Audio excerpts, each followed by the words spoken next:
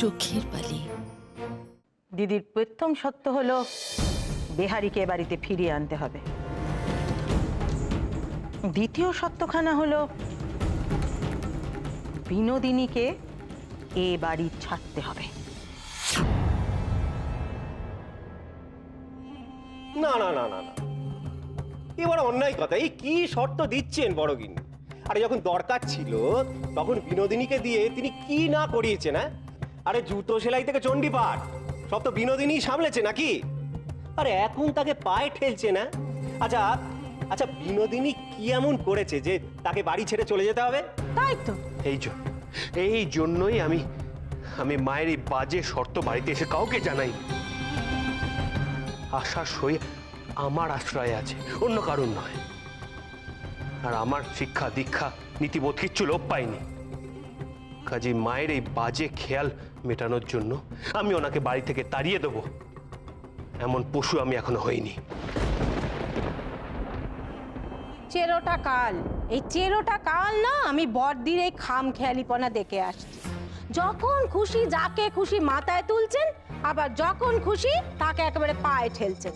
বলি এ কি মগের মুল্লুক নাকি? হ্যাঁ, এমন সমস্ত সুন্দরী বেদবাকে ঘরের বাইরে বের করে দিলেই হলো? আহা গো, কোথায় যাবে মেয়েটা?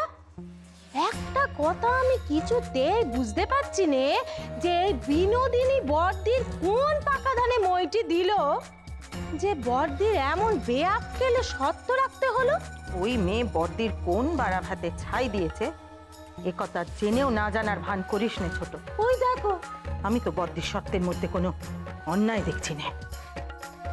ওই মেয়ের জন্য আজকে বড়দির সংসার ভেসে গেছে, বড়দিকে বাড়ি ছাড়তে বাধ্য করেছে ওই মেয়ে, কথা তো মিছে নয়। আর মইন যে কেন ওই মেয়ের কোলে ঝোল টেনে কথা বলছে সে কথা বুঝতে আমার বাকি নেই। কি বুঝেছো? কি বুঝেছো বলো বলো, কি বুঝেছো? আমি নিরপেক্ষ হয়ে একটা কথা বলেছি, সেটাই আমার দোষ হয়ে গেল, তাই না? বেশ, তো বাকিরা আছে তাহলে তারাই বলুক। না না, মহিন তো ঠিক কথাই বলেছে। আরে বাবা, বড় গিন্নির খেয়াল খুশির ওপর তো স্থির করা ঠিক নয় যে এ বাড়িতে কে থাকবে আর কে থাকবে না। এখন উনি বেহারিকে তোল্লাই দিচ্ছেন, তো আমরা যদি এখন প্রশ্ন করি যে বেহারি কেন এ বাড়িতে থাকবে, তাহলে চুপ করুন।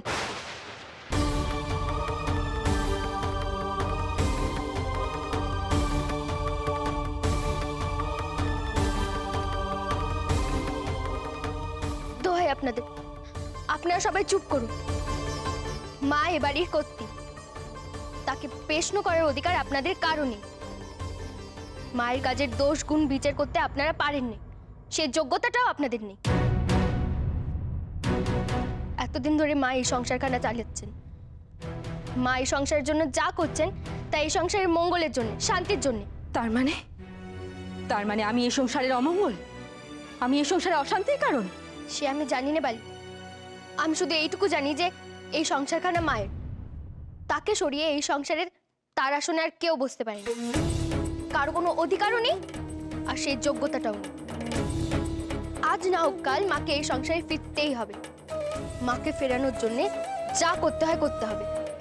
আর যতদিন না মা এই বাড়িতে ফিরছেন ততদিন আমি এই সংসারটাকে বুক দেখলে রাখবো। এই সংসারের কোনো ক্ষতি হতে দেব না, এই আমি বলে রাখলাম।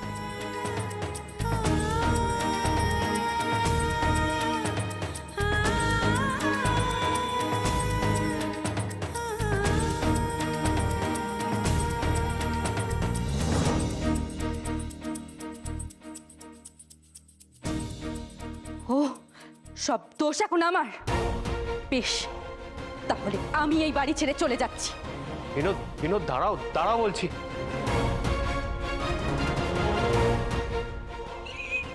দিদি, নৃত্য করো দিদি, নৃত্য করো। উনি এতদিন বাদে বুঝলি রাধা মাধব মুখ তুলে চেয়েছে।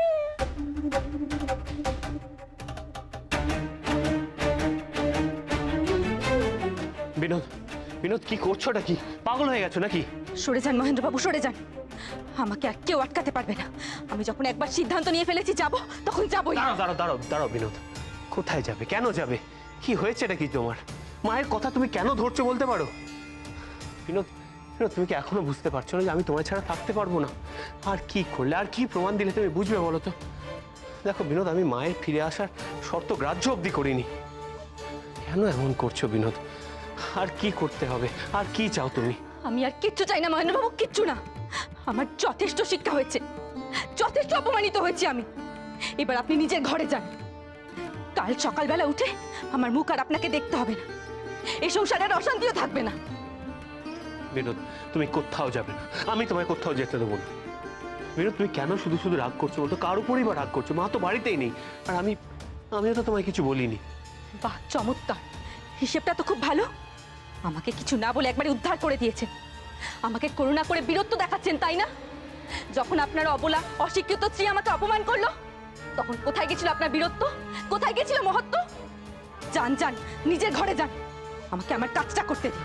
বিনোদ, বিনোদ, দেখো তুমি ভুল বুঝছো। আশা কিন্তু তোমাকে অপমান করার জন্য কিছু বলেনি। ও যা বলেছে শুধুমাত্র মাকে ফিরিয়ে আনার জন্য। থাক মহেন্দ্রবাবু, নিজের বউয়ের হয়ে আমার কাছে সালিশি নাই বা করলেন, এখন শাক দিয়ে মাছ ঢাকতে এসেছে। আর যখন আপনার বউ এতগুলো কথা বললো আমাকে, তখন কোনো প্রতিবাদও করলেন না। চুপ করে কাঠ পুতুলের মতো দাঁড়িয়ে রইলেন। কি ভাবলেন কি আমি কিছু বুঝি না? আপনার মতো পুরুষ যারা আগারটাও খায় তলারটাও কুড়োয়, তাদের আমি বিশ্বাস করি না। বিনোদ, এই কথাটা তুমি আমাকে বলতে পারলে? বেশ বেশ, বলো তাহলে কি করলে তুমি খুশি হবে? কি করলে তুমি যাওয়া বন্ধ করবে? আমি যাওয়া বন্ধ করব একটাই শর্তে। ভেবে বলুন মহেন্দ্রবাবু, আপনি সেই শর্ত মঞ্জুর করতে পারবেন তো? বলো, বলো বিনোদ, কি তোমার শর্ত? তোমার যা শর্ত আমি সব মেনে নেব, শুধু আমাকে ছেড়ে তুমি যেও না বিনোদ। বেশ, তাহলে শুনুন। বালি আজ আমার সাথে যা করেছে, তার জন্য তাকে আমার কাছে ক্ষমা চাইতে হবে। আর সে যদি আমার কাছে ক্ষমা চায়, তবেই আমার যাওয়া বন্ধ হবে।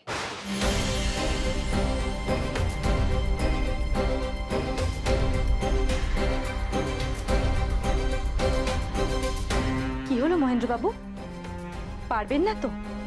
আমি জানতাম আপনি পারবেন না। না না, তেমনটা নয়। আমি পারবো। আমি তোমার শর্ত মানতে পারবো, শুধু শুধু আমার একটা দিনের সময় চাই। জিদ করিস নে চুনি, এরপর তুই যদি বিছনায় পড়িস, সারা বাড়ির লোক তোকে নিয়ে ব্যস্ত হয়ে পড়বে। খামা হাঁ কর দেখি। কাকিমা, ওকে এত সাদাসাদি করার কি দরকার? খিদে পেলে আপনি খাবে, আমিও দেখি কতক্ষণ না খেয়ে থাকে। তুই কি চাইছিস বল দেখি মই? তুই কি চাস মেয়েটা না খেয়ে বিছনায় পড়ুক? তুইও জিদ করছিস আর এও জিদ করছে, আর দুজনের জিদের মাঝখানে পড়ে আমি পিষে মরছি। তা কে বারণ করেছে ওকে খেতে বলো? যত সব ন্যাকামি হচ্ছে এখানে। আচ্ছা, একটা কথা বলো তো, মা যদি সারা জীবন ওই বাড়িতে না ফেরে, তাহলে কেউ সারা জীবন না খেয়ে থাকবে? সব বাজে জেদ। আসলে কি জানো তো, তোমাদের নরম শরীর, তাই এতটুকুতেই তোমরা গলে যাও। একদিন না খেয়ে থাকলে কেউ মরে যায় না। বেশ, এই রইল খাবার। তুই যা ভালো বুঝিস তাই কর। আর হ্যাঁ, মেয়েটাকে যদি বুঝিয়ে সুজিয়ে খাওয়াতে পারিস, তাহলে বুঝবো স্বামী হিসেবে কিছু কর্তব্য অন্তত করলি।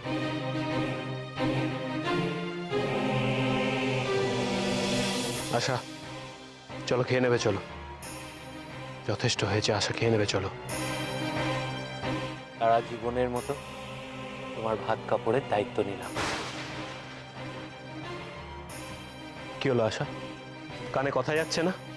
বললাম যে খেয়ে নেবে, চলো। এবার কিন্তু খুব বাড়াবাড়ি হয়ে যাচ্ছে। আমি খাবো না, আমার মন চাইছে না। কি তামাশা শুরু করেছো আশা? কি চাইছোটা কি তুমি? হ্যাঁ, তোমার জন্য তোমার সই কাঠ গড়া দাঁড়াক, এটাই চাইছো তুমি, তাই তো? আমি শুধু চেয়েছি মা ফিরে আসুক, আর কিচ্ছুটি আমি চাই না।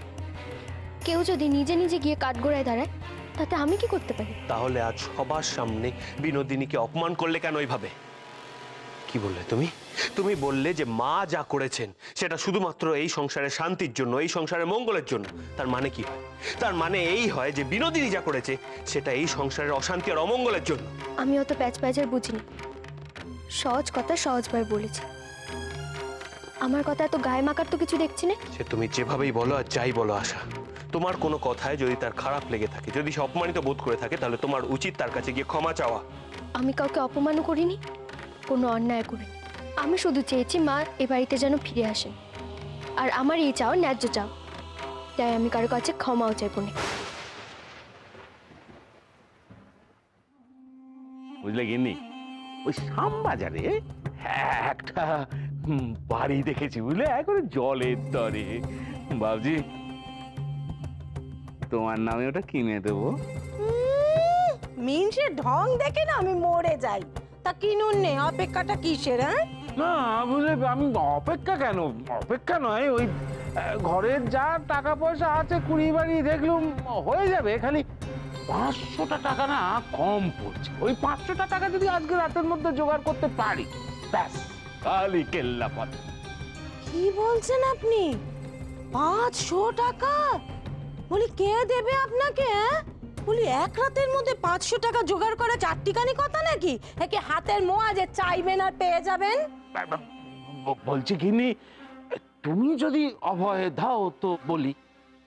তা বলুন নে, আমিও শুনি যে কে আপনাকে এক রাতের মধ্যে 500 টাকা দেবে, দেখি আমি। কে আবার দেবে? কাছের মানুষ ছাড়া কি 500 টাকা কেউ দেয়? কি বললেন আপনি? আপনার কাছের মানুষ? এই দেখো, বলবো যে গিন্নি গিন্নি বলছি কি, তুমি ছাড়া আমার কে আছে বলো তো কাছের মানুষ? হ্যাঁ, আমি? মানে আপনি বলতে চাইছেন আমি আপনাকে 500? আমি কোথা থেকে দেব এত টাকা? কোথা থেকে মানে বলছিলাম যে তোমার তো অনেক গয়নাগাটি আছে, সব নয়, তার থেকে ওই শীতে হাতটি যদি দাও, ওটি বেচলেই হয়ে যাবে। কি কি বললেন আপনি কথা কানা? ও, তার মানে আপনি মাছের তেলে মাছ ভাজতে চাইছেন? না না, দেখাচ্ছি মজা, দেখাচ্ছি বলি। আমার হাত পাকা কানা কই? হাত পাকা দিয়ে কি হবে কিন্তু? কই? শোনো শোনো শোনো, বলি কাজের সময় পাওয়া যায় না কেন জিনিসগুলো? বোঝো ব্যাপারটা, বোঝো। একটা বাড়ি তো দেখুন দেখুন, আপনি আমাকে কিছু বোঝাতে আসবেন না।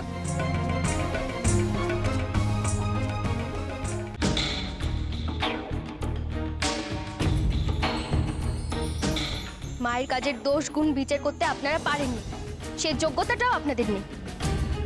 মা এই সংসারের জন্য যা করছেন তা এই সংসারের মঙ্গলের জন্য, শান্তির জন্য। এত বড় স্পর্ধা, এত সাহস, ঘরভর্তি লোকের সামনে আমাকে অপমান করা! এর শোধ আমি তুলবই। মরার জন্য পিপিলিকার পাখা গজিয়েছে, পিপিলিকা এবার মরবে। তোর এই পাখা আমি চিরদিনের মতো ছেটে দেব বালি।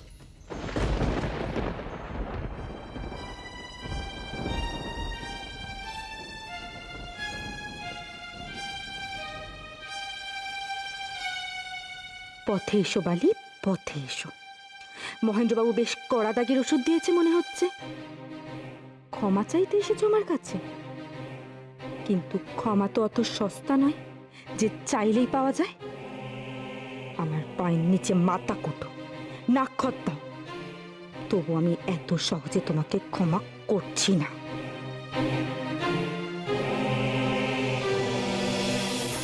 কি বালি, আমার বিছাপাতি সরিয়ে তুই কি করছিস?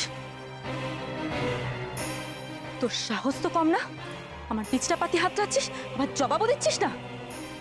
কি খুঁজছিস বালি? এই যে বালি, এইটা খুঁজছিলাম। চাবি? তাই চাবি দিয়ে তুই কি করবি? চাবি তো মায়ের। বালি, তুমি শ্রীরামচন্দ্রের গল্প শুনেছ? শ্রীরামচন্দ্র যখন বনবাসে গেছিলেন, তখন তার ভাই ভরত তার দুখানা পাদুকা সিংহাসনে রেখে রাজত্ব চালাতেন। আমিও ঠিক তাই করছি। যতদিন না মা ফিরে আসছে ততদিন এই চাবির গোছাখানা আমার আঁচলে বাঁধা থাকবে। এই সংসারের দায় দায়িত্ব আমি সামলাবো। ছাগল দিয়ে ধান মারাই হয় না বালি। এই চাবির গোছা সামলানো তোর কম্য নয়। এতদিন মায়ের টাকা পয়সা দলিলপত্র সব আমি সামলে এসেছি।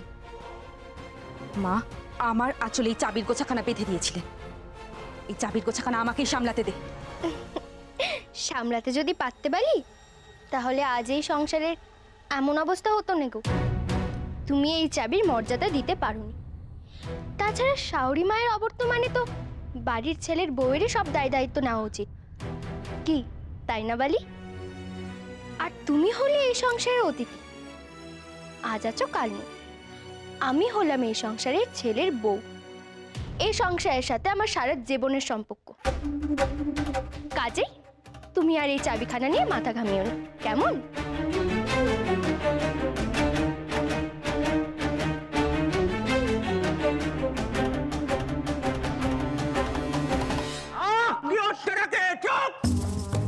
আমি বলতে বাধ্য হচ্ছি, আপনাদের দুজনের মাথায় একেবারে শেরখানে গোবর পোড়া রয়েছে। আরে বাবা, এ বাড়িতে সোনার ডিম পাড়া হাট মানে মহিন থাকতে আপনারা এরকম অকচাকচি করে মরছেন। ওই আরেক মুখ পড়া মিনসে এসে এখানে বলি মহিনের বয়ে গেছে ও টাকা দিতে। আহা, মহিন কেন দেবে? দেবে তার পরাণের পাখি বিনোদিনী দাসী, সেইটা এখন মহিনের সব সম্পত্তির মালিক। বলি তুমি হইয়ার সাথেই থাকো। সে মেয়ে আজকে গোসা করে বেরিয়ে যাচ্ছিলে, জানো কি সে কথা? তার উপরে আমার ভরসাটা কিসের?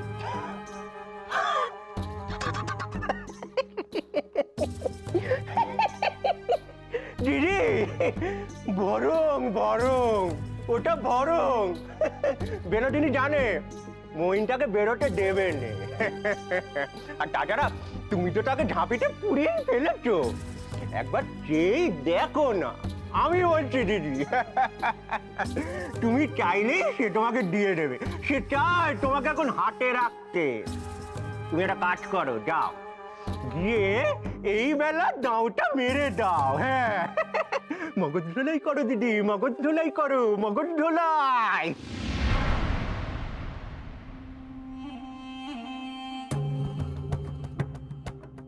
বিনুমা, ও তুমি এখানে বসে আছো না? তাই তো ভাবি তোমার কেন কোনো সাড়া শব্দ আমি পাচ্ছি না। কি হয়েছে বাচ্চা? মাথা ধরেছে বুঝি? এসো না গো, একটু তেল মালিশ করে দিই তোমায় আরাম পেতে। না না ছোট কাকিমা, আমার কিচ্ছু হয়নি। ঠিক বলছো তো বাচ্চা, কিছু হয়নি, না হলেই ভালো। জানো বাচ্চা, এ বাড়িতে না একেবারে ভূতের রাজত্ব শুরু হয়েছে। মাসকাবারি বাজারি হচ্ছে না, কি বলবো আর তোমাকে। কোনো ফর্দ নেই, কিচ্ছু নেই, কেউ সেসব দিকে তাকাচ্ছেও নেই।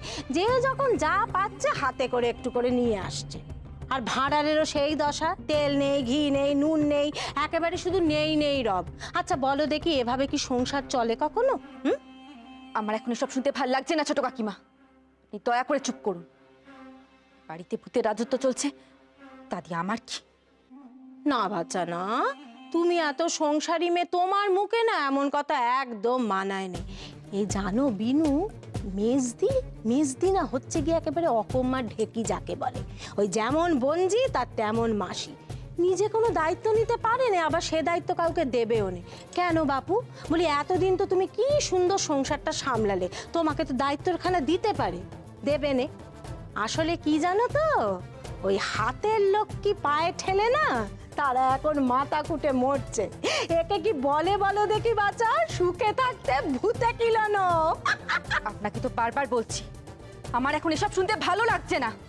কেন বকবক করে কানের মাথা খাচ্ছেন বলুন তো? স্পষ্ট করে বলুন তো, কেন এসেছেন এখানে? কি চাই? ওই দেখো, বলি তুমি তো বড্ড রেগে আছো বাচ্চা। এত রাগ করো নে, মনটাকে শান্ত করো, বুঝেছো বাচ্চা? আমি কি বলছিলুম বলো দেখি? সেরকম কিছু না, বলছিলুম কি যে বড়দির এই চাবির মালিক আর কি, তুমি তো না ওই চাবির গোচার মালিক তুমি। কাজেই ওখান থেকে একটু সামান্য খরচাপাতি করলে কেউ তোমার কাছে হিসেবও চাইবে না, কৈফিয়তও চাইবে না, তাই না মা? মানে কি বলতে চাইছেন আপনি? আহা, তুমি ঘাবড়াচ্ছ কেন? আমি কি তোমাকে চুরি করতে বলেছি, ডাকাতি করতে বলেছি? না না না না, ওই পরের দ্রব্য না বলে নিলে তবে তাকে চুরি কিংবা ডাকাতি করা বলে। এ তো তোমার নিজের জিনিস। আর মহিন, সে তো তোমাকেই মাতার মণি করে রেখেছে, তাই মহিনের যা কিছু তাতে তোমার অধিকার সব থেকে বেশি। তাই বলছিলাম আর কি যে ওখান থেকে যদি কিছু আমাকে সাহায্য করতে আর কি, তাহলে আমার বড্ড উপকারে লাগতো। তুমি এই চাবির মর্যাদা দিতে পারো। তাছাড়া শাওরি মায়ের অবর্তমানে তো বাড়ির ছেলের বউয়েরই সব দায় দায়িত্ব নেওয়া উচিত। আর তুমি হলে এই সংসারের অতিথি, আজ আছো কাল নেই। আমি হলাম এই সংসারের ছেলের বউ। ও বাচ্চা, বলি কি এত ভাবছো বলো দেখি তখন থেকে? মইনও তোমার আঁচলে বাঁধা, আর এই চাবির গোছা সেও তোমার আঁচলেই বাঁধা রয়েছে। তোমার এত ভাবনা কিসের মা গো? ও মা, চলে যান, চলে যান এখান থেকে, এক্ষুনি বেরিয়ে যান বলছি।